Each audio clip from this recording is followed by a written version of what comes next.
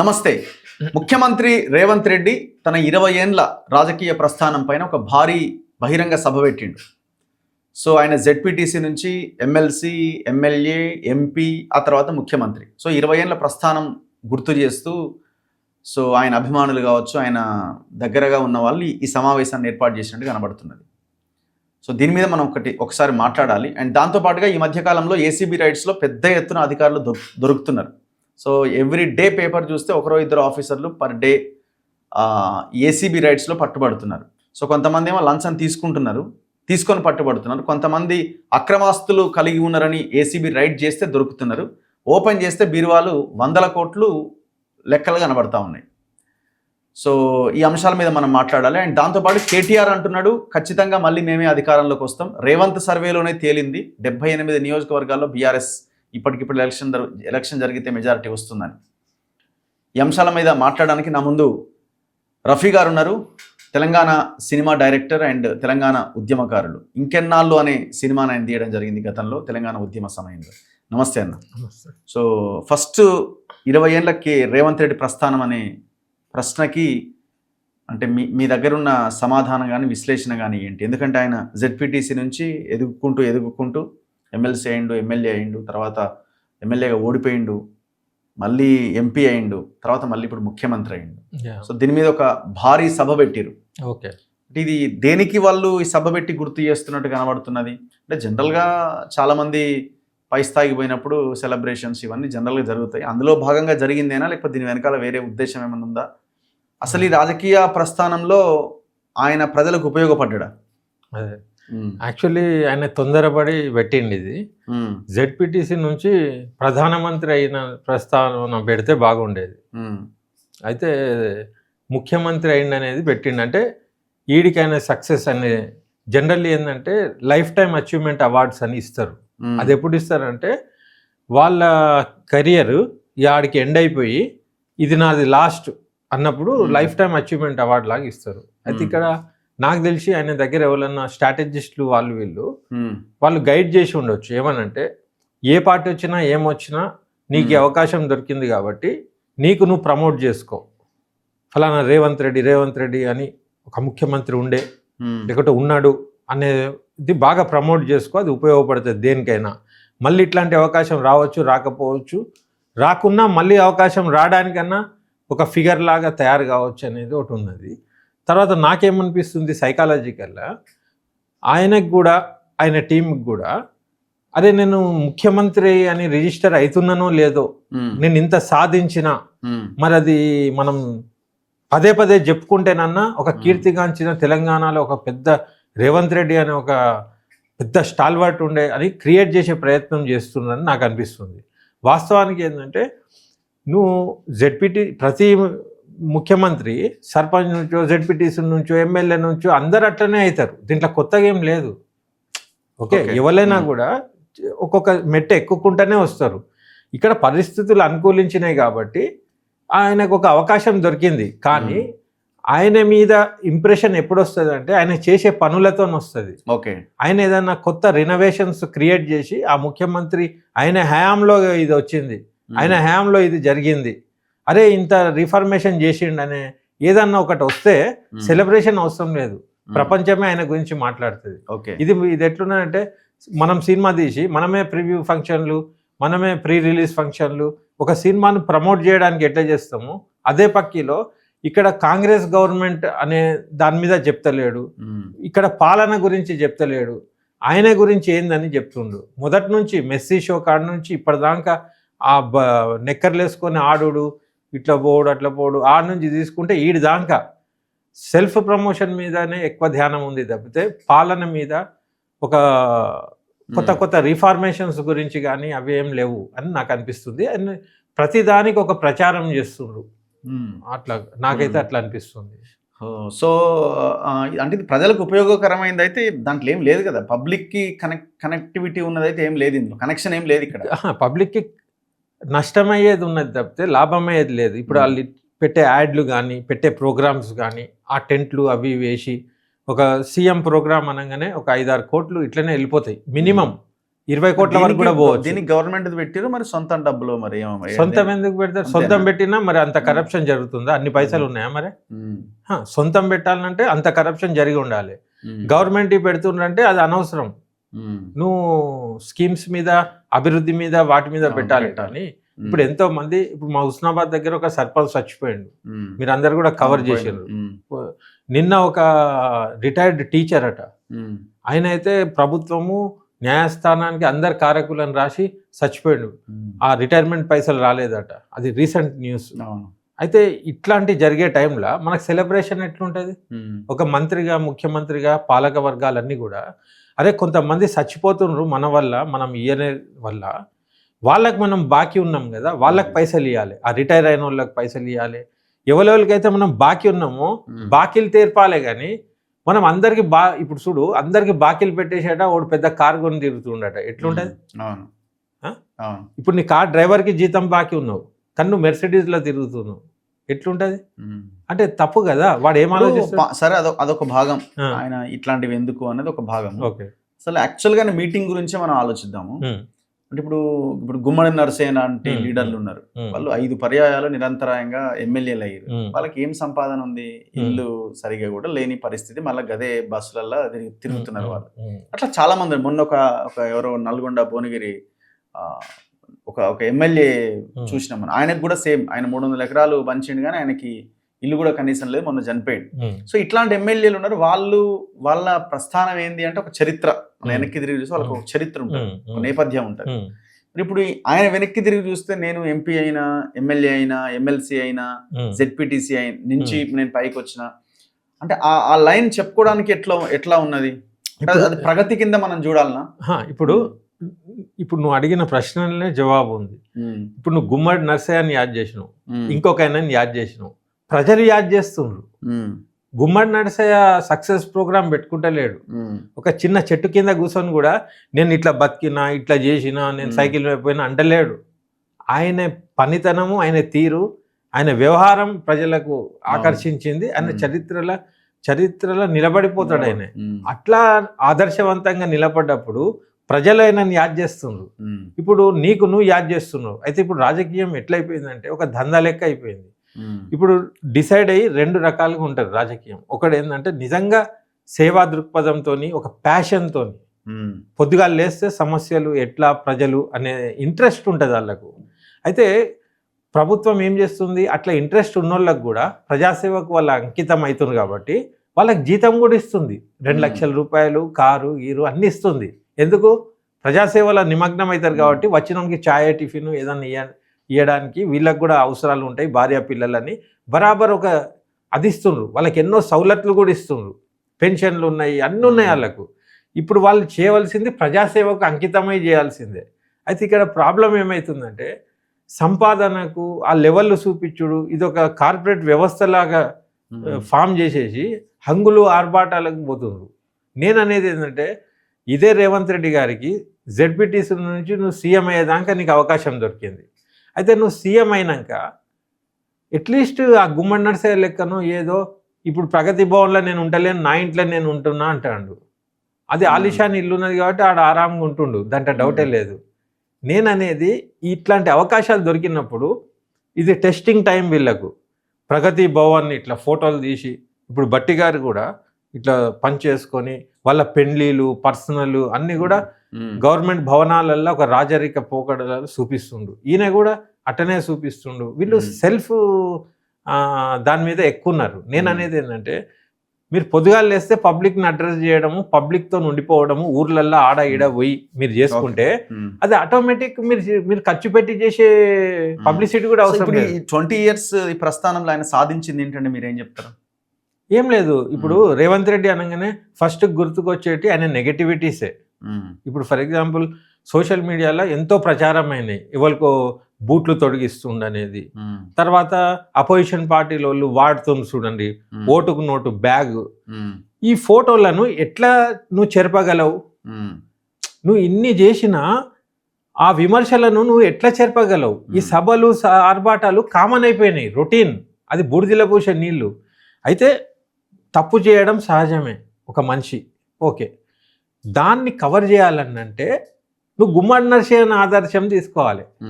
ఇప్పుడు గుమ్మడి నరసయ్య అనగానే ఆయన సైకిల్ యాదకి వస్తుంది, గుమ్మడి నరసయ్య అనగానే సీఎం కోసం వెయిట్ చేసిండు ఎండలా అని యాదకి వస్తుంది. ఇట్లాంటి ఫోటోలు నీకు ప్రమోట్ కావాలి తప్పితే ఆర్భాటం చేసి నీ పాట వెనుక బ్యాక్గ్రౌండ్లో అని అది బోర్ అయిపోతుంది అన్నిసార్లు విని విని. ఆ పాటలు ఎందుకు అంటే ఇదంతా ఒక డిజైన్డ్ ప్రమోషన్, ఒక వ్యక్తిగత ప్రమోషన్కి డిజైన్డ్. అంటే ఇవాళ రేపు ఏంటంటే పాటలు రికార్డ్ చేస్తుండ్రు, ఒక హీరోయిజం తెస్తుండ్రు, ఇట్లా నడుస్తూ ఉంటాయి ఇట్లా ఓడు, ఆ బాడీ లాంగ్వేజ్ ఇట్లా అనుకుంటా ఏదైతే పోతుండ్రో అవన్నీ అవసరం లేదు. ఎంత సౌమ్యంగా ఉండి ప్రజలను జెన్యూన్గా నువ్వు అడ్రస్ చేయి. నీ ప్రస్తావన గురించి మేమే మీటింగ్లు పెట్టి మాట్లాడతాం. అయితే నేను ఏం సలహా ఇస్తున్నా అంటే నాకు తెలిసింది సీఎం అనే అవకాశం దొరికింది కదా, దానికంటే ఎక్కువ ఏమి ఉండదు కదా. పైసలు ఆల్రెడీ సంపాదించే ఉండుంటారు అంతకుముందు. ఇప్పుడు మీరు మంచి పాలన, మంచి పబ్లిక్ రిప్రజెంటేటివ్ అని దేశమంతా గర్వించేటట్టు చేయాలంటే దానికి ఖర్చు పని లేదు. ఒక్క పైసా ఖర్చు చేయకుండా నువ్వు చేసే పని కరెక్ట్ చేస్తే నీకు ప్రచారం ఉంటుంది. ఇప్పుడు చూడు సిపిఎం ఆయన వాళ్ళు కేరళలో కూడా మొన్నటిదాకా ఉండే, ఇప్పుడు ఓడిపోయిండు ఓకే, కానీ ఆయన గురించి కూడా మాట్లాడినరు, ఆయన ఆదర్శంగానే పాలించిండ్రని మాట్లాడినరు కదా. ఇట్లా దేశంలో ఎంతో మంది కమ్యూనిస్టులు వాళ్ళు వీళ్ళు వాళ్ళ చరిత్రలు ఉన్నాయి, వాళ్ళ బుక్కులు ఉన్నాయి, ఎన్నెన్నో ఉన్నాయి. అయితే నేను అనేది ఏంటంటే తెలంగాణ నుంచి కూడా ఈ తెలంగాణ రాష్ట్రం ఏర్పడ్డాక 2 ముఖ్యమంత్రులు వచ్చిండ్రు ఓకే. అయితే దీంట్లో ఇంకోటి ఎవడో వస్తాడు, ఎవరు వచ్చినా కూడా నా కోరిక ఏంటంటే తెలంగాణ దేశానికి ఆదర్శంగా ఉండాలి. ఇక్కడ ప్రజాప్రతినిధులు కూడా ఎట్లుండాలంటే దేశం మొత్తం కూడా అరే ఫలానా తెలంగాణలో ఒక ముఖ్యమంత్రి ఉండే, అరే ఏం మనిషి ఉన్నాయి ప్రజలకు దానం చేసిండు, అక్కడెక్కడో వెలుగుమట్ల మొత్తం రాత్రికి రాత్రి వేరే మినిస్టర్లు ఇట్లా కూలగొట్టేస్తే ముఖ్యమంత్రి చొరవ తీసుకొని అందరికీ ఒక్కొక్కరిని లిస్టు తీసుకొని ఇండ్లు ఆడ ఉండి కట్టించిండు. ఒక జర్నలిస్టు కోడి చెరువు గురించి అక్రమం అని తెలియంగానే నెక్స్ట్ డే ఒక జీవో తెచ్చి ప్రభుత్వం హ్యాండ్ ఓవర్ చేసుకున్నాడు. అవునా? ఇప్పుడు ఏదో ఫాతిమా కాలేజ్ అంటున్నారు ఫర్ ఎగ్జాంపుల్, దాన్ని రక్షించడానికి ఆ ప్రజాప్రతినిధులు నానా తంటాలు పడుతున్నారు. ఈయన వాళ్ళు కుమ్మక్కై దాన్ని ముట్టుకుంటే ఎట్లా అనే భయంతో పాలిస్తున్నారు. అట్లాంటి ఎలిగేషన్ రాగానే దాని మీద ఎంక్వైరీ చేసి అది నిజంగానే జీవో 1 ప్రకారంగా అది గవర్నమెంట్ అయితే గవర్నమెంట్ స్వాధీనం చేసుకొని పిల్లలకు డిస్టర్బ్ కాకుండా ఆ చదువు మొత్తం అయిపోయినాక ఆ పిల్లలకి ఇంకెక్కడన్నా చోటు ఇచ్చి ఇవి చేయాలి. ఇవన్నీ నువ్వు పెండింగ్ పెట్టి ఒక టెంట్ వేసేసి నా ప్రస్థానం ఇది అంటే ఎట్లా నమ్ముతారు? నువ్వు ఇన్ని లొసుగులు ఉన్నాయి. తర్వాత ప్రభుత్వ యంత్రాంగం ఒక్కటన్నా సాల్వ్ చేస్తుందా? ఏది సాల్వ్ చేస్తారు? ఇప్పుడు ధరణి భూభారతి మొత్తం వర్స్ట్ ఉన్నది. ఇక నీదేం ప్రస్థానం? నువ్వు ధరణిని రిపేర్ చేస్తున్నావా? కలుపుతా అంటున్నారు. ఇప్పుడు ఎవరో ఉన్నట FTL ఒకరిది ఎవరో ఆయన ఎవరు ప్రదీప్ కన్స్ట్రక్షన్ అనేది నేను వార్త నిన్న విన్నా. ఆ ప్రదీప్ కన్స్ట్రక్షన్ తెలవంగానే దాని మీద పోయి మరి ఏం చేసారు? అదే గరీబ్ వాళ్ళు మూసి పక్కకు ఉన్న వాళ్ళు వీళ్ళు ఉంటే రంగనాథ్ ఈ పాటికి వెళ్ళిపోయి ధనాధన కూల్చేసినాక మాట్లాడినారు. అంటే ఈ వివక్ష ధోరణి లేదా? నీ ప్రస్తావన 20 ఏళ్లల్లా నువ్వు ఈ పనులు చేస్తే మేమే మాట్లాడతాం, నువ్వు అవి చేయకుండా ఉట్టిగానే నువ్వు ఎంత ప్రమోషన్ టాక్టిక్స్ ఎక్కువ అయిపోయినట్టు కనబడుతున్నది. ఇప్పుడు అంటే ఒక డ్రెస్సింగ్ విషయంలో కావచ్చు, ఎట్లా కనబడాలా కెమెరాకి, ఈ పిచ్చి ఎందుకో అర్థం కావట్లేదు. అది ఒకప్పుడు ముఖ్యమంత్రులు ఇట్లా లేరు కదా, వాళ్ళు ఏం కలర్లు వేసుకొని ఇట్లా వేసుకుంటేనే అన్నట్టు లేదు కదా, వాళ్ళు ఏదో వాళ్ళ స్టైల్లో వాళ్ళు వర్క్ చేసుకుంటూ వెళ్ళిపోయినారు అంతే. కానీ వాళ్ళకి అంత పేరు వచ్చింది. అంటే ఇక్కడ వాళ్ళు వర్క్ చేసుడు లేదు కదా. ఇప్పుడు బ్యూరోక్రాట్స్ కాడ నుంచి ఎంప్లాయీస్ కాడ నుంచి అందరు కుమ్మక్కయ్యే ఉన్నారు కదా. ఆ రోజు మీటింగ్ ఏంది గద్దర్ అవార్డ్స్ రోజు ఎక్కడో ఉన్న ఆయన ఎవరో హీరోతోని ఒక వీడియో చేయించి ఆయనే ముఖ్యమంత్రిని స్టేజ్ పైకి ఆహ్వానిస్తున్నట్టుగా వీడియో తయారు చేసి కింద కూర్చున్న ముఖ్యమంత్రి స్టేజ్ పైకి పోయిండు. అంటే ఇట్లా ఒక ప్రమోషన్, ప్రమోషన్. గద్దర్ అవార్డ్స్ కూడా వీళ్ళ ప్రమోషన్కే, వీళ్ళ ఐడెంటిటీకే. కేసీఆర్ రియల్ అవార్డ్స్ మేము ఇస్తున్నాం, మళ్ళా గద్దర్ని మేము గద్దర్ అవార్డ్స్ అని. గద్దర్ పాపం స్ఫూర్తి లేదు, పాడలేదు, వీళ్ళ ప్రమోషన్కే ఏది చేసినా చేస్తారు. ప్రమోషన్ దేనికనేది పెద్ద క్వశ్చన్ మార్క్. దీనివల్ల ప్రజల్లో సానుకూల స్పందన ఏం రాదు కదా. వీళ్ళ అదృష్టం ఏంటంటే ప్రజలల్లో అకౌంటబిలిటీ, ఆ డెప్త్కి పోయి మన రెవెన్యూ ఎంత, మన ఫైనాన్స్ ఎంత ఖర్చు అవుతుంది అంత పరిజ్ఞానం లేకపోవడం వల్ల ప్రజలు ఇది అలవాట్ల తీసేసుకుంటున్నారు, ఇదేదో గవర్నమెంట్ ప్రోగ్రామ్ అని. ఇప్పుడు చూడండి, ఇవాళనే ఎక్కడనో ప్రోగ్రామ్ పెట్టిండి, ఇది రైతు భరోసా. నువ్వు శిల్పారామంలో పెట్టింది అదే కదా, అవును. మళ్ళీ ఎందుకు పెట్టినావు నువ్వు? అవును, అది ఎందుకు క్యాన్సిల్ అయింది తెలుసా? లాస్ట్ టైం వర్షం పడ్డది, అదంతా ఒట్టిదే. శిల్పకళా వేదిక, శిల్పకళా వేదికల పెట్టిండ్రు మొన్న. అవును, మళ్ళా పోయి రిపీట్ చేస్తుండ్రు రిహార్సల్.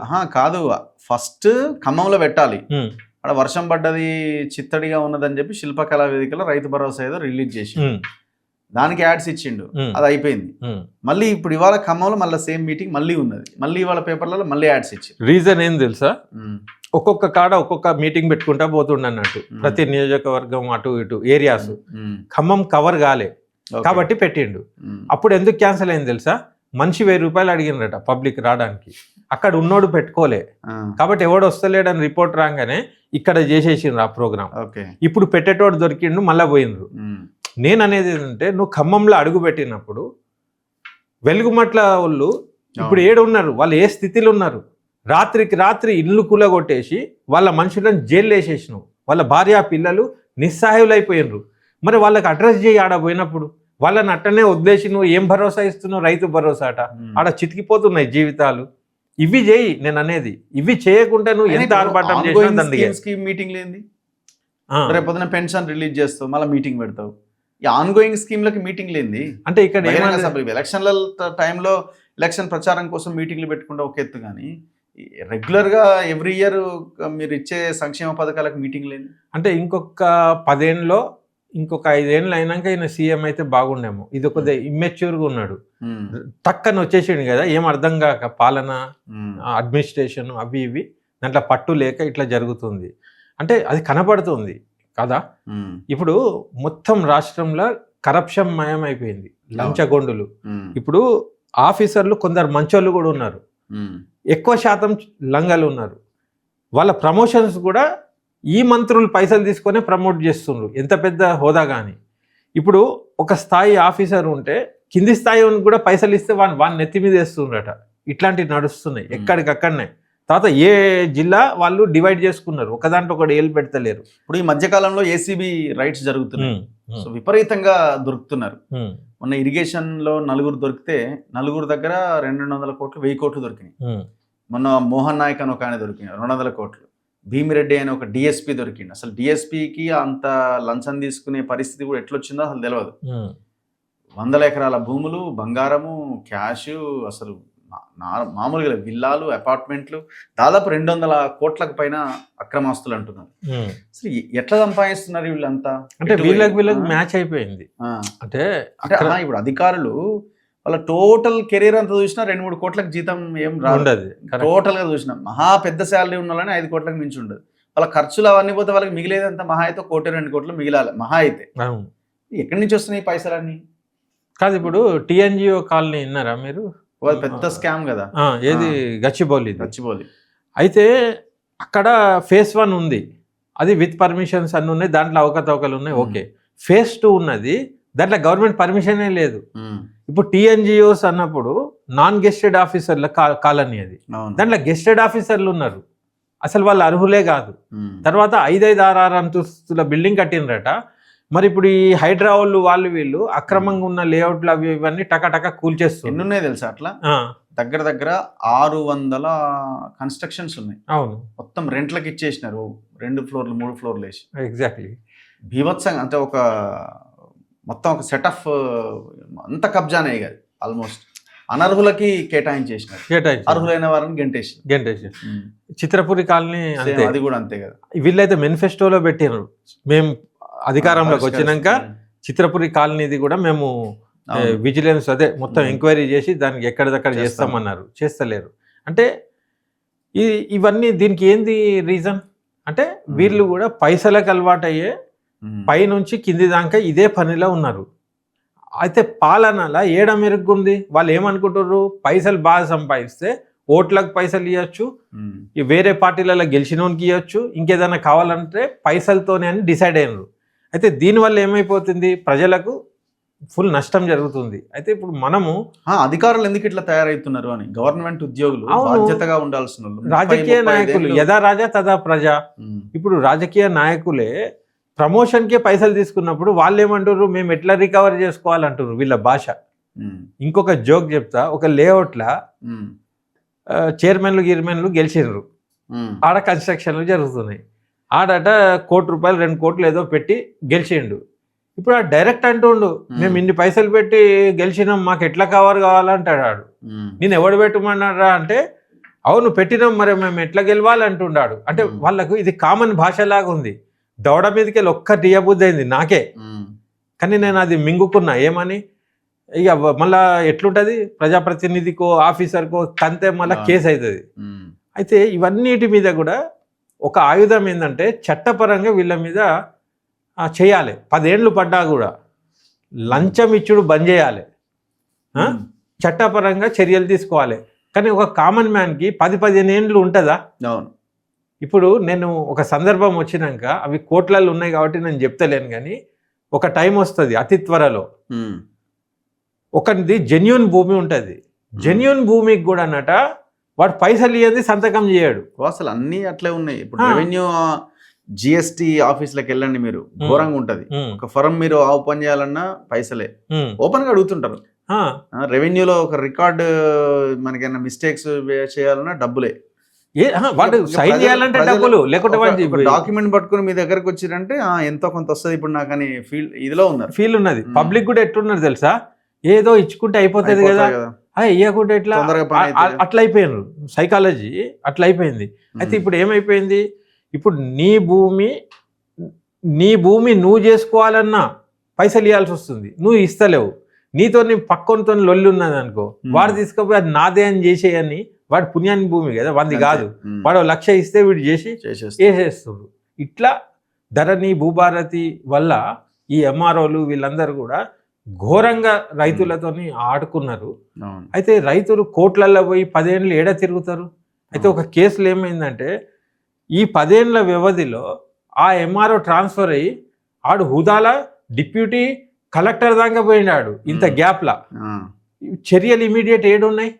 కానీ ఇప్పుడు జైలుకు పోయే పరిస్థితి వస్తుంది. నేను వివరాలు తర్వాత చెప్తా, ఎందుకంటే కోర్టు ఉన్నప్పుడు మనం చెప్పకూడదు ఇప్పుడే. అట్లా ప్రతి అధికారి మీద చట్టపరంగా మనం చర్యలు తీసుకోవచ్చు. నేనేమంటున్నా ప్రజలకంటే, లంచం కాకున్నా ఎట్లాగో మీరు 10 ఏళ్ళు తిరుగుతున్నారు, నీ మీద అయితే లేదు, ఎవరో ఒకరు సోషల్ వర్కర్స్ వకీళ్ళకు కూడా నేను విజ్ఞప్తి చేస్తున్నా, ఎవరన్నా ఉంటే మీ దందా మీరు చేసుకోరు, కానీ పేద రైతులకు ఒక చిన్న ఫోరం లాగా చేసి వాళ్ళకి అట్లీస్ట్ డ్రాఫ్ట్ చేసి ఏషియన్నా పెడితే ఓకే, ఇప్పటికైనా ఎప్పటికైనా వానికి లాభం జరుగుతుంది. లేకుంటే కథమే. ఇంకా లంచాలు పెరుగుతున్నాయి, లంచాల రేంజులు కూడా పెరుగుతున్నాయి, మంత్రులు కూడా ఇంకా ఇంకా ఇంకా కాడికి వచ్చేస్తున్నారు.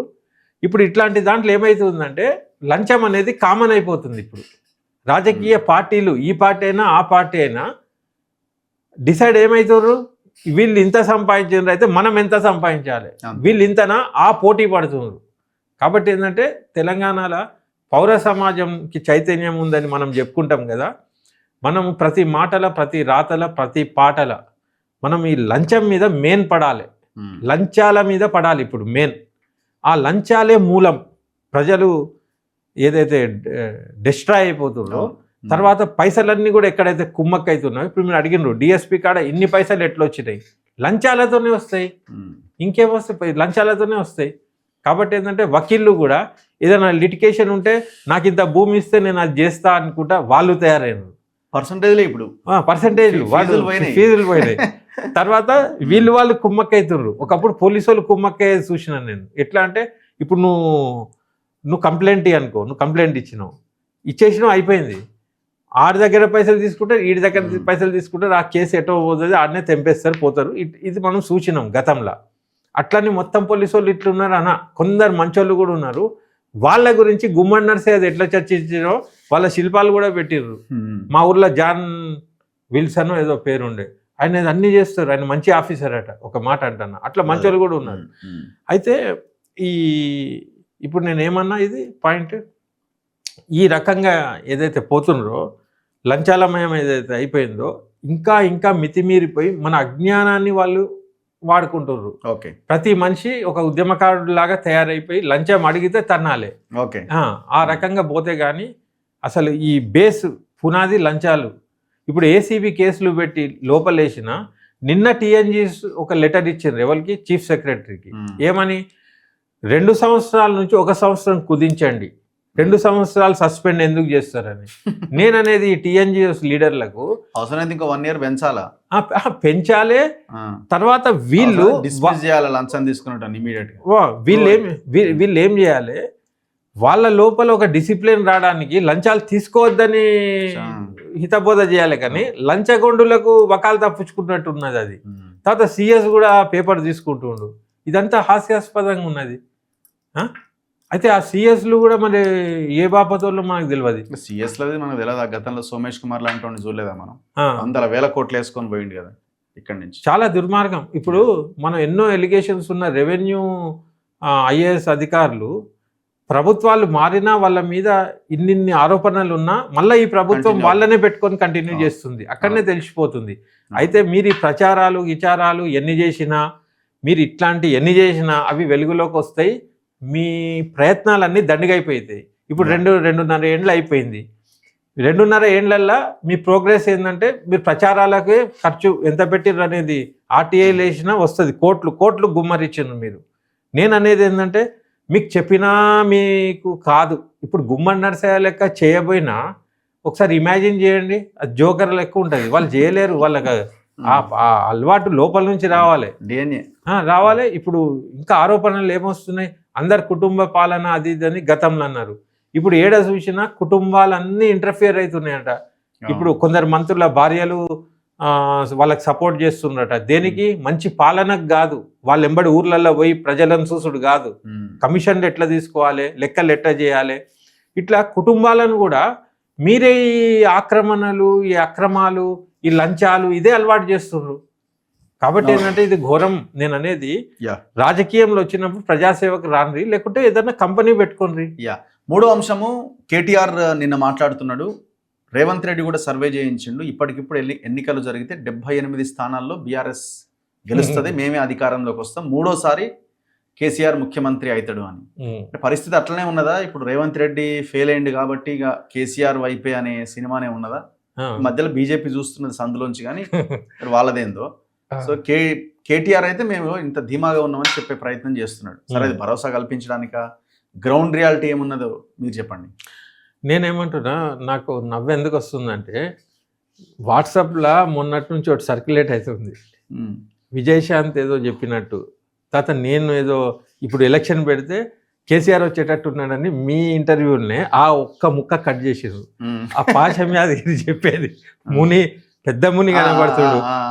ఆయన ఏం కంపేర్ చేసిండంటే, రేవంత్ రెడ్డి పాలన ఎట్లున్నదంటే కేసీఆరే బేకారాన్ని ఓడగొట్టిమి, ఈయన చూస్తే ఆయన నయం అనిపిస్తుండ అనేది ఆయన భావన. అంటే ఆయన గొప్పోడని కాదు, కాదు, ఈయన ఇంకా దుర్మార్గుడు అని చెప్తుండే ఆయన భావన.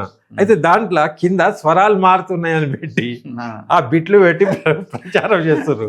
అయితే మొత్తం ఇంటర్వ్యూ పెడితే మజా వస్తుంది. అంటే వాళ్ళు వినరు కదా, మొత్తం వింటే అది ఇంకో రకంగా ఉంటది. ఇద్దరు దొంగలని ప్రూవ్ అవుతుంది. అది కథ.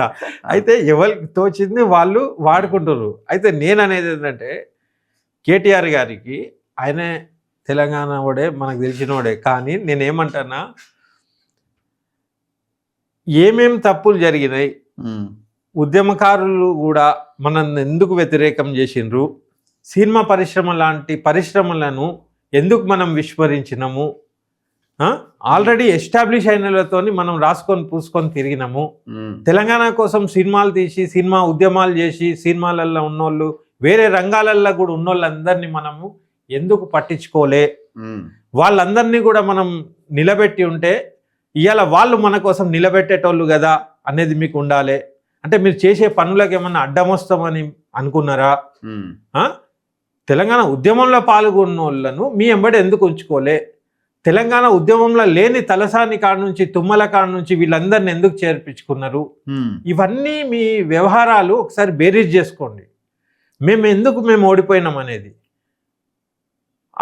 అది గ్రహించకుండా మళ్ళా బై ఫ్లూక్ వీళ్ళు చేసే తప్పులతో మళ్ళా మీరు వస్తే మీరు ఇంకెంత ప్రమాదం అనేది కూడా పబ్లిక్ ఆలోచిస్తుంది. ఏ దిక్కు లేనప్పుడు ఏం చేయాలని ఆయన అన్నట్టు ఏదో ఒకరు పోతే ఒకరు వస్తారు, యాంటీ ఇన్కంబెన్సీ, మీరు అనుకుని ఉండొచ్చు గాక, కానీ ఏం లాభం దాంతో? మీరు వచ్చినా ఏం లాభం? నేను అడిగేది అది. ఏం లేదు, లాభం ఏముంటుంది? ఏం లేదు. ఆల్రెడీ 10 ఏళ్ళు మీరు ఎంజాయ్ చేసిండ్రు ఆ అధికారం, మళ్ళీ వస్తే వస్తారేమో, దానికంటే ఎక్కువ ఎంజాయ్ చేసేది ఏమున్నది మీకు? మీ మీద ఉన్న కేసులు ఏమన్నా కొట్టేసుకోవడానికి పనికి వస్తుంది, మీ సెక్యూర్ అవ్వడానికి పనికి వస్తుంది, ఇంకేమన్నా సంపాదన అంటారా? అంత ఏమి ఉండదు. ఇప్పుడు అందరు హుషారైపోయారు, మీ వెనకనే పడతారు. ఇప్పుడు మీరు కాంగ్రెస్ వాళ్ళని ఏడ సంపాదించనిస్తున్నారు, వెనకనే పడుతున్నారు. అయినా కూడా వాళ్ళకి తోచింది వాళ్ళు దోసుకుంటున్నారు ఉన్న కాడికి. అయితే నేను బీఆర్ఎస్ వాళ్ళకి చెప్పేది ఏంటంటే, మీరు మీ ఓటమిని మీరు ఎందుకు ఓడిపోయినరు, తప్పులు ఏం జరిగినాయి, దాన్ని ఓపెన్గా మీరు అడ్రస్ చేయండి. ఓకే, ఆత్మవిమర్శ చేసుకొని మీరు సమాజంలోకి వచ్చి మేము ఇవి చేసినాం, ఇవి చేయకపోనుండే, ఎవరినైతే విస్మరించినామో వాళ్ళందరినీ పిలిపించి, అసలు వాళ్ళు వస్తారో రారో మీరు పిలిచి వాళ్ళని ఆలింగనం చేసుకొని వాళ్ళతో మాట్లాడి చర్చించి తెలంగాణను ఎట్లా కాపాడుకోవాలి, మేము చేసింది పొరపాటు అని చెప్పలు కొట్టుకోండి, తర్వాత ఎట్లా చేద్దామా అని అప్పుడు మేము వచ్చేటట్టు ఉన్నాం అనుండ్రి, దానికి అర్థం పడతాం ఉంటుంది. ఏం లేకుండా మీకు రియలైజేషనే లేకుండా ఎదుటోటి చేసే పొరపాట్లు వాళ్ళకు వచ్చే వ్యతిరేకతను మళ్ళీ మీరు ఈజీగా సొమ్ము చేసుకుందాం దాంట్లో వద్దామని అనుకుంటే తెలంగాణకు నష్టం, మీకు కూడా నష్టం. నేను చెప్పిన పని చేసి అప్పుడు మీరు ప్రయత్నం చేయండి, మీ ఆచరణలో కూడా చూపియండి. ఇప్పుడు కాంగ్రెస్ వాళ్ళ మీద మీరు బాగానే ఫైట్ చేస్తున్నారు, కాదని కాదు, ఇంకా ఉధృతం చేయండి. ఇప్పుడు కొన్ని కేసులలో సైలెంట్ ఎన్నుకున్నారు, వెలుగుమట్ల కాడ సోషల్ యాక్టివిస్టులు, యూట్యూబర్లు, మీడియా వాళ్ళు కొంతమంది మాత్రమే ఎందుకు చేయాలి? మీరు ఆడ ఎందుకు అది చేయలే? ఇప్పుడు ఈ అక్రమాలు అంటున్నారు ఏవేవైతే ఉన్నాయో, మీరు పోరాటం ఎందుకు చేస్తలేరు? మీరు ఉద్యమ స్ఫూర్తి ఉన్నోళ్ళే కదా. అంటే మీరు మళ్ళా కుమ్మక్కైనట్టే కనబడుతుంది అక్కడక్కడ. ఇప్పుడు మీ మీద కేసులని వాళ్ళు అన్నారు, వాళ్ళు మిమ్మల్ని అరెస్ట్ చేస్తలేరు, మీరు వాళ్ళ మీద ఎంత ఎఫెక్టివ్గా చేయాలనో అంత ఫైట్ చేస్తలేరు. కానీ ఏదో మాటల వరుసకు చెప్పుకుంటున్నారు, కానీ ఎవరి మీద ఎవరు చర్యలు తీసుకున్నారు? అవును, మీ ఫైట్ చూపియండి, వాళ్ళ చేసే అక్రమాలను బయట పెట్టండి, ప్రజలు మీ దిక్కు వస్తారు. అవి చేయకుండా వట్టిగానే వాళ్ళు వ్యతిరేకత అవుతున్నారు, మేము వస్తున్నాం మాకు ఇంత వస్తుంది అంటే కాదు. మీరు ఫస్ట్ రియలైజ్ అయ్యి విస్మరించిన ఉద్యమకారులందరినీ జమ చేసుకొని బలం పెంచుకోండి. ఎవరు రావాలి? ఇప్పుడు ఆయన అపోజిషన్ లీడరే బయటకు వస్తలేడు కదా.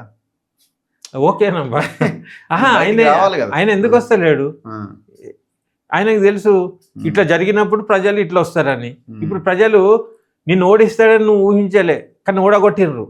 ఇట్లనే నువ్వు లోపలనే ఉంటే ఆయనను మర్చిపోతారు. కానీ నీకు ఒక ధీమా ఏముంది, మళ్ళీ నేను వచ్చి మైక్ పట్టి అల్లుడేడు ఉంటాడు, మేకప్స్ ఏడు ఉంటుంది, 2 bedroom ఫ్లాట్లు అనగానే వీళ్ళందరూ ఫ్లాట్ అవుతారు అనేది నీకు తెలుసు. కానీ ఊకే వర్కౌట్ కాదు.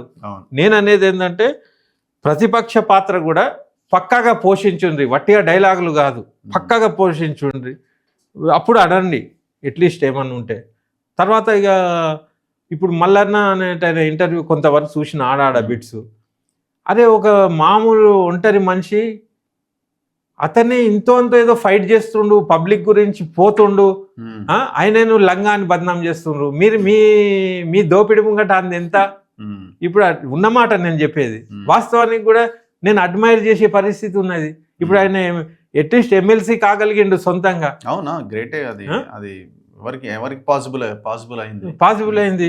ఇంకా ఇట్లాంటి ఇంకో 2 మీటింగ్లు చూసి ఆయన పోరాట స్ఫూర్తి గట్టిగానే అనిపిస్తే నేనే పౌర సమాజం మొత్తం జమ చేసి మల్లన్న నయం వీళ్ళిద్దరికంటే అనే పరిస్థితి తెచ్చుకోకూడదు. తెస్తాం కూడా, తప్పేముంది? నేను అనేది ఏంటంటే ప్రజల పక్షాన ఇప్పుడు రోజు పొద్దుగాల యూట్యూబ్ పెట్టుకొని ఎవరినో ఏదో అంటనే ఉన్నాడు, పబ్లిక్ వస్తే అడ్రస్ చేస్తూనే ఉన్నాడు. మీరు చేస్తుర్రా? అది చూపిర్రి. నేను రేవంత్ రెడ్డిని కూడా అంటున్నా, ఇప్పుడు మల్లన్న చేసే పాత్రలా నీ పాత్ర ఎంత ఉన్నది? నువ్వు ఆర్భాటాలకు దానికే నీ వెనక పోలీసులు గవే చూపిస్తున్నావు తప్పితే, ఆఫ్టర్ ఆల్ ఒక ఎమ్మెల్సీ ఉన్న మల్లన్న అంత ధీమాగా మాట్లాడి అంత చేయగలుగుతుండ్రు. నాకు ఆ విమర్శలు వద్దు. ఏమని ఆయన బ్లాక్ మెయిలరు, ఆయన పైసలు, అవన్నీ రాజకీయంలో ప్రత్యర్థులు ఒకరి మీద ఒకటి బురదలు వేసుకుంటారు. నేనైతే చూడలే, ఆయన బ్లాక్ మెయిల్ చేసుకుంటూ నేను ఎన్నడూ చూడలే. నాదో సమస్య వచ్చినా కూడా ఆయన ఆలింగనం చేసుకొని ఎంత గట్టిగా అడిగిండు. ఈయన ఉద్యమకారుడు, ఉల్టా ఈయనకు భూమి ఇవ్వాలి కానీ ఈయన భూమి ఉన్నది తీసుకుంటావా మినిస్టర్ అని అడిగిండు.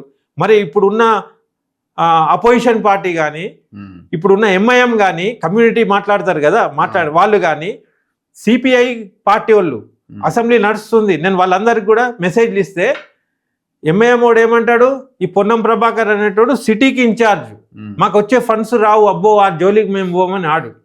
సిపిఐ వాళ్ళు అప్పుడే వచ్చిండ్రు, వాళ్ళు ఏమంటారు, అమ్మో మేము కలిసి గవర్నమెంట్ ఉన్నాం, మాకు ఇంకా కొన్ని పదవులు వచ్చేటివి ఉన్నాయి, మేము ఇవన్నీ పెట్టుకుంటే ఏడవుతుందని. అంటే ఇవన్నీ ఇట్లా నేను టెస్ట్ చేసిన కదా మీ అందరిలా. మీకంటే మా జర్నలిస్టులు బాగాలేరా? మా రఘు అయితే మొత్తం ఎక్స్పోజే చేసి పారేసిండు, ఒక మాట ఆడ కబ్జానే ఆగింది. అంటే మేము ప్రజల పక్షాన మేము గమనిస్తున్నాం, మీరు మా పని చేయని వాళ్ళు మీరు మాకెందుకు, మాకు పనికి రాని వాళ్ళు మీరెందుకు మాకు. సరే నా ఇష్యూ జరిగింది, మరి బీఆర్ఎస్ వాళ్ళు అందరు వచ్చి ఆడ నిల్చోవాలే కదా, అట్టెట్లుంటుంది, దానం చేసిన భూమి నువ్వు ఎట్లా తీసుకుంటావు అని ఆడ రావాలి కదా. ఈ అవకాశాన్ని మీరు వాడుకున్నారా? నేను ప్రజల ఎగ్జాంపుల్స్ ఇస్తలేను, నేనే నా ఎగ్జాంపుల్ ఇచ్చి మేము చెప్తున్నా ఎవడు మెరుగైనవాడు. ఇప్పుడు నువ్వు ఇష్యూ ఎక్స్పోజ్ చేసినావు, బీఆర్ఎస్ వాళ్ళకి అవకాశం కాదా అది? వాళ్ళు వచ్చి ఆడ నిలబడి ఎట్టా అని చెప్పాలి కదా. అంటే మీకు తోచింది సేఫ్ ఉన్న దాన్ని కొట్లాడుతున్నారు, లేకుంటే సైలెంట్ ఉంటారా? అంతే అంతే కదా. అయితే ఈ అంశంలో రాజకీయంగా పోయే దాంట్లల్లా ఎవడు మాట్లాడిండో వాడు నాకు లీడర్ కదా. అట్లా ప్రజల ఇప్పుడు నా ఇష్యూని ఎట్లా అడ్రస్ చేసిండ్రో, ప్రజల ఇష్యూలను ఎవరు అడ్రస్ చేస్తారో వాళ్ళు మాకు లీడర్.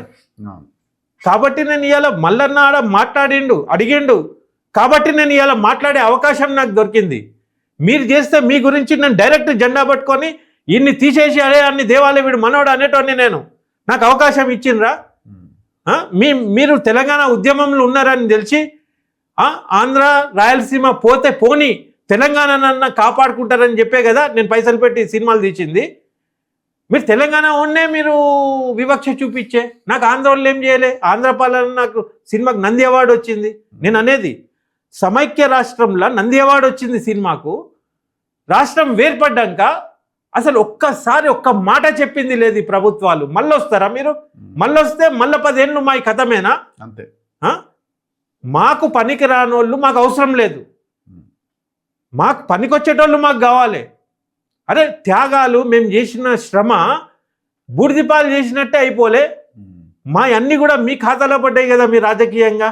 ఓకే, ఇంకొక ముఖ్యమైన అంశం ఉంది, లాస్ట్ 1 minute క్లోజ్ చేద్దాము. ఇప్పుడు ఈ ఫాతిమా కాలేజ్ మీద పెద్ద చర్చ నడుస్తుంది, ఓవైసీ కాలేజ్ అది. సో మొన్నటిదాకా గవర్నమెంట్ జిహెచ్ఎంసీ ఏం చెప్పిందంటే అసలు దీనికి పర్మిషన్ లేదు, వేరే కాలేజ్ పర్మిషన్ తోటి ఇక్కడ క్లాసెస్ నిర్వహిస్తున్నారు ఈ కాలేజ్ పేరుతో. అది పెద్ద మోసం, తప్పది. అయితే ఇప్పుడు ఆ కాలేజ్ సల్కం చెరువులో కట్టిరు అన్నది ఎలిగేషన్. దాన్ని హైడ్రా కమిషనర్ రంగనాథ్ కూడా అవును అది కట్టిరు, మేము అకాడమిక్ ఇయర్ అయిపోగానే దాని మీద యాక్షన్ ఉంటుంది అని అన్నాడు. మరి అకాడమిక్ ఇయర్ అయిపోయింది, యాక్షన్ ఎందుకు లేదంటే మానవతా దృక్పథంతో వదిలేస్తున్నాం, అది స్కూలు కాలేజ్ కదా అని ఏదో మాట్లాడాడు. ఇప్పుడు దాని మీద చర్చ, ఇప్పుడు అది 7 దాకా పోయిందంటే మళ్ళీ కోర్టు దాకా పోతే ఇప్పుడు ఏమంటున్నారంటే గవర్నమెంట్ అసలు అది చెరువులో లేదని కోర్టుకు చెప్పారు. జడ్జే షాక్ అన్నారే, అదేంది ఫోటోలు చూస్తే ఎట్లుంది చెరువులో లేదంటారేంది మీరని. ఇప్పుడు ఇది ఒక పొలిటికల్ అంశం కింద మారింది ఇది. అంటే ఇది రేపొద్దున జిహెచ్ఎంసీ ఎలక్షన్స్లో ఇది ఇంకా పెద్ద చర్చకు దారితీస్తుంది. ఇప్పుడు బీజేపీకి ఇది ఒక ఆయుధంగా మారే అవకాశం కూడా ఉన్నది. రేవంత్ రెడ్డి మరి ఆయనకు భయపడుతున్నాడా, ఇది ఆయన పొలిటికల్ అంశంగా మారాలి, ఇది ఇట్లనే ఉండాలనుకుని దాని అట్లా ఎవరి సేఫ్ గార్డ్ కోసం వాడుతున్నాడు అర్థం కావట్లేదు. ఇప్పుడు కూలగొట్టేసేస్తే అసలు ఏం చర్చే ఉండదు, దాన్ని అట్లనే పెట్టి దాని మీద చర్చ చేస్తారు. ఇప్పుడు ఏ మాట కామాట హైడ్రా అనేది అది ఎట్లాంటి సంస్థ ఎందుకు తయారైందంటే గిట్టనోళ్ళు భయపట్టి అనికి, మనకు నచ్చనోళ్ళది కూలగొట్టనీకి, నచ్చినోళ్ళది కళ్ళు మూసుకుంటుంది హైడ్రా. నిజంగానే హైడ్రా పనిచేస్తుందంటే ఇప్పుడు పెద్ద మినిస్టర్ది నేను రోజు పోయే తొవ్వకే కనబడుతుంది, ఓ పెద్ద ఫామ్ హౌస్ ఉన్నది, ఏది మన హిమాయత్ సాగర్ ఆడనే అంత పెద్దగా ఉంది. తర్వాత మూసి ఫ్లైఓవర్ మీద నుంచి నేను పోతా ఉంటే ఆదిత్య కన్స్ట్రక్షన్స్ డైలీ కనబడుతున్నాయి, వాడు రోజు ఇంత మట్టేసి ఇట్లా ఇట్లా ఇట్లా తెచ్చుకుంటుండే. ఇంకా శ్రీ ఆదిత్య మీరు అడ్రస్ కూడా చేసిండ్రు, ప్రభుత్వం దృష్టికి కూడా తీసుకుపోయినరు. మరి హైడ్రా ఆడ కళ్ళు మూసుకుంటుంది కదా. అయితే హైడ్రా అనేది బోకస్, అదొక వ్యవస్థ లాగా తయారు చేసుకొని వీళ్ళు భయపట్టి అనికి నచ్చినోళ్ళకు వదిలేస్తున్నారు. అది దాంట్లో పార్షాలిటీ ఉన్నది. ఇప్పుడు ఓఐసీతోని వీళ్ళు పెట్టుకోరు. ఇప్పుడు ఓల్డ్ సిటీలో ఎస్ఐఆర్ నడుస్తుంది, ఏ పార్టీ వాళ్ళు ఆ పార్టీ ఎక్కడ వాళ్ళు అక్కడ ఓట్లు చేసుకుంటారు కదా. ఓల్డ్ సిటీ వాళ్ళకి అప్పచెప్పేసిండ్రు, కాంగ్రెస్ వాళ్ళు కూడా ఎంట్రీ ఇస్తలేరు, ఆడ పేరుకే ఉన్నారు. ఇప్పుడు ఎంఐఎం వాళ్ళే ఎస్ఐఆర్లో యాక్టివ్గా ఉన్నారు ఆడ. అయితే దీని అర్థం ఏంది? వాళ్ళతోని కాంగ్రెస్ కలిసి ఉన్నది అన్నట్టే కదా. వాళ్ళు ఉన్నప్పుడు వాళ్ళకి ఏమవుతుంది? వాళ్ళకి ఏం కాదు. ఇప్పుడు బీజేపీ వాళ్ళు అంటారా ఫాతిమా పాలే కూలగొట్టాలి అవి ఇవని. మరి అట్లాంటప్పుడు వాళ్ళు కేంద్ర ప్రభుత్వంలోనే ఉన్నారు. ఎన్నడన్నా వీళ్ళ మీద ఎంక్వైరీ చేసిండ్రా? ఏ కేసు లేదు, ఏం లేదు. వాళ్ళ మీద ఈడీ రైడ్స్, ఐటీ రైడ్స్, అన్ని రైడ్స్ ఉంటాయి. అయితే ఎంఐఎంకి రాజా సింగ్ ఎంత అవసరమో అక్కడ బీజేపీలకు ఎంఐఎం వాళ్ళు అంత అవసరం. ఇప్పుడు ఆయన 15 రోజుల్లో ఏదో చేస్తా అనేసరికి బీజేపీ అయినా కదా వాదించింది కూడా. ఏది కేసా? కేసు మరి వాళ్ళంతా ఒకటే. ఇప్పుడు ఎట్లున్నాయంటే పబ్లిక్ అంతా ఒక దిక్కు, వీళ్ళంతా ఒకటే వట్టిగా ఇదే చేస్తున్నారు. ఇప్పుడు నేను అనేది ఏంటంటే ఓఎస్సీ వాళ్ళకు కూడా అన్నన్ని భూములు, అన్నన్ని కాలేజీలు అన్నీ ఉన్నాయి. అదొక్క ఫాతిమా పోతే ఏంది? ఒకవేళ రాంగ్ అయితే వాళ్ళే ముందుకు వచ్చి, నేను అనేది అది గుమ్మన్నర్సే లెక్క 7 ఎక్స్పెక్ట్ చేస్తాం. వాళ్ళే ముందుకు వచ్చి ఇది ఎఫ్టీఎలా, ఓకే మేము ఇచ్చేసేస్తున్నాము, మేము ఇదే స్కూల్ కోసం ఇంకేడన్నా ఒక భూమి ఇవ్వండి కట్టుకుంటామని అడుక్కోవాలి. లేని ఎడల GO1 ప్రకారంగా అది పబ్లిక్ గవర్నమెంట్ స్వాధీనం చేసుకొని పిల్లలకు నష్టం జరగకుండా ఆ అకాడమిక్ ఇయర్ అయ్యేదాకా ప్రభుత్వమే దాన్ని మేనేజ్ చేసి, అది కాగానే రీప్లేస్ చేసేసి అది ప్రభుత్వం తీసేసుకోవాలి. ఇది ప్రతి ప్రభుత్వ చపరాసికి కూడా తెలుసు. ఒక మాట అంటున్నా, ఇది ఎందుకు అమలైతే లేదు అంటే దీని అర్థం చాలా ఘోరం. ఎక్కువ ఆలోచిస్తే మనం ఫ్రస్ట్రేషన్ లేకపోతాం. ఇప్పుడు ఏదో ఎడ్డోన్ లెక్క బతికితే హాయిగా బతకచ్చు ఈ దేశంలో తప్పితే, ఇంకెక్కువ డీప్గా ఆలోచన చేస్తే మన పక్కక అక్రమాలు, పక్కక అవినీతి ఇట్లా ఘోరంగా ఉన్నది. ఇప్పుడు నేను అనేది ఏంటంటే మనకి ఎట్లాంటి ప్రభుత్వాలు రావాలంటే ఇంపార్షియల్ ప్రభుత్వాలు రావాలి. ఇప్పుడు నేను మల్లన్న లాంటి కూడా అడుగుతున్నా, ఇప్పుడు నువ్వు గనక దీంట్లో ఉండుంటే, హైడ్రా అని నువ్వు పెట్టి ఉంటే నువ్వు పక్కా చేసేటోనివా? ఆయన సమాధానం ఎప్పుడన్నా మళ్ళీ ఇంటర్వ్యూకి వస్తే అడుగుండ్రి. ఇట్లాంటి దాంట్లో మనము ఎవరు చేయగలుగుతారో అట్లాంటి పాలన రావాలి. Nothing is impossible. ఎవడో ట్రై చేయాలి. అన్ని ట్రై చేసే వాళ్ళందరూ ఒక కాడికి వచ్చి మనం పాఠం చెప్పాలి. లేకుంటే ఏమైపోతుందంటే పౌర సమాజం వట్టి భావవ్యాప్తికి ఉపయోగపడుతుంది తప్పితే మనము రాజకీయంగా రాంది ఇది సాధ్యం కాదు. అది ఎనీవే, థ్యాంక్ యూ అన్న, థ్యాంక్ యూ వెరీ మచ్. ఇది రఫీ గారితో స్పెషల్ ఇంటర్వ్యూ డిఫరెంట్ ఇష్యూస్ మీద. చూస్తూనే ఉండండి మన తొలి వెలుగు.